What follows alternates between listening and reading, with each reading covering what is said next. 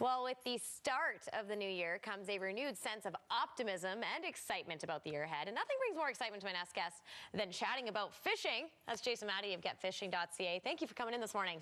No problem. Happy New Year. Well, Happy New Year to you, too. Now, you mentioned optimism. You need a lot of optimism when you're out fishing. I know that from experience. You brought some underwater cameras with you this morning. What do we have here? Well, you know, I remember the last time I was on, I talked about getting a nice Octavia underwater camera as a Christmas gift. Well, now I'm diving into how you maximize their use.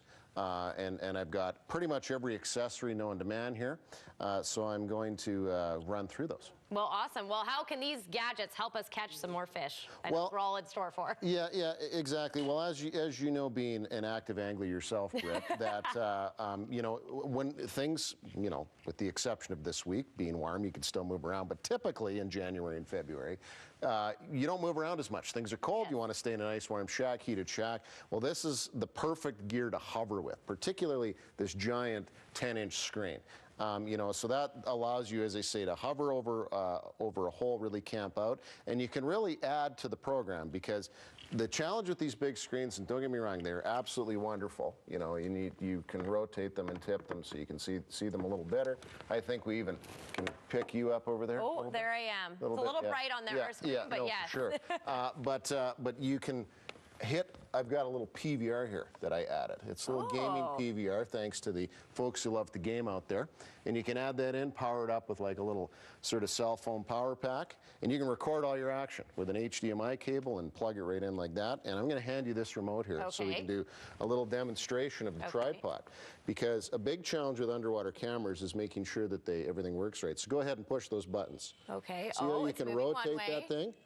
Yeah, and you can rotate it and really line it up. Oh. You know, so that's one of the really cool things you can do. I could have used that a few days ago. Exactly, with the HD model, because one sort of challenge is getting that camera down there, get it straight, get it centered, and when you have the MoPod, as it's called, from Accessories, it works really, really well. Well, that's amazing. You also have this little gadget, I'm going to call it, over here.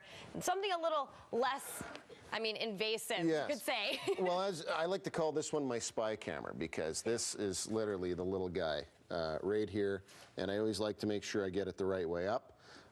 But essentially, you can put this one down the hole. Right after here. Ooh, that's a close-up shot, that's for sure. Very clear right now. I'm sure it's just as clear in the water. and the cool thing about this, I'll get you to let that go for a sec. You can just drop that right down the hole, and you can still be mobile with this one, right? And you can drop it down. It's got a nice little wheel handle to bring it back up, and it's also got a record button on it too. So it has this particular one. This is the Mini Revolution Pro camera. There's a few different price points on them. Obviously, it's a little bit more money, the one with the PVR, or sorry, DVR inside. But absolutely, you got all the tools to be stationary with the big guy and really see what's going on down there, recording all the action, or you can be portable and record all the action as well. Now, do you ever use more than one camera when you're fishing? Absolutely. I'm fortunate enough to have some good friends who work for this company who allow me to have more than one camera, and definitely different angles are important. You can also set it for a side shot. You could set it like this one for a down view. So if the fish are skittish, I recommend the down view, because it's not really in their space, it's above them, right?